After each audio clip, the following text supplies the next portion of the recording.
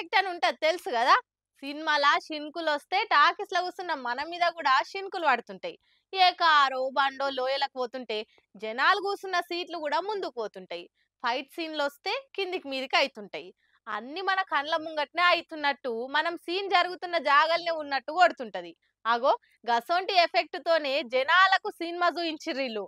కానీ ఈ effect టాకీసోళ్ళు plan చేసింది కాదు, వానదేవుడు ప్లాన్ చేసింది.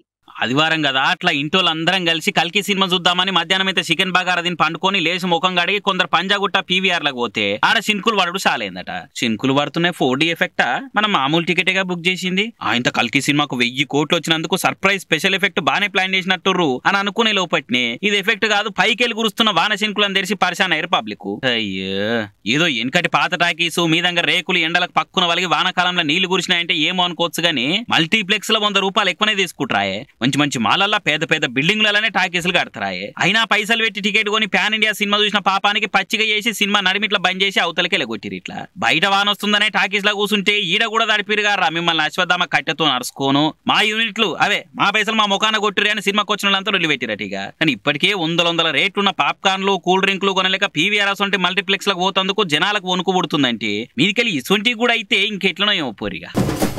అమ్మో దేవుడా, వానలకు మస్తు పైలం ఉండాలి. ఈ వరదలకు ఏవేవో ఎక్కడెక్కడికెళ్ళో కొట్టుకొస్తున్నాయి. ఇక చేపలు అంటారా, కొత్త కొత్త రకం చేపలు వానలకే దర్శనమిస్తాయి. కొన్ని తినేటి పెయికి మంచిగా కొట్టుకొస్తే ఇంకొన్ని గిట్లా ఎన్నడు చూడని వింత చేపలు కొట్టుకొస్తున్నాయి. అవి మరీ చిత్రంగా నీళ్ళల్లో ఈదినట్టే బయట రోడ్డు మీద ఈదుతున్నాయి. ఇప్పుడు వానలకు వరదలు వారి ఎదురొచ్చే పులస చేపల గురించే అందరు మాట్లాడుకుంటారు.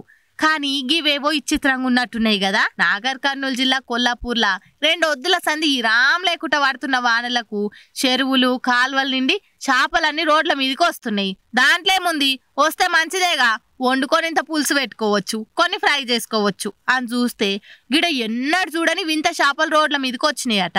ఇక అవి చూసి ఓరక్క ఇవేందిరో ఎన్నడు చూడలే గిట్లున్నాయి ఏం చేపలో అని వీడియో తీసి సోషల్ మీడియాలో పెట్టిర్రు. ఇక అది చూసి అవునవును ఇవి జర వింతగానే ఉన్నాయి, ఆ రంగు కూడా గమ్మతుంది, పుసుక్కున వండుక తినేరు, ఏమన్నా కాగల అవిటి గురించి పురాగా తెలుసుకున్నాకనే తినుర్రి, లేకుంటే సప్పుడు చేక షెర్లిడుర్రి అని ఆ ఊరోళ్లకు సలహాలు ఇస్తుర్రు. మళ్ళీ ఇవేం చేపలో మీకు తెలిస్తే జర కామెంట్లలో చెప్పరాదురి.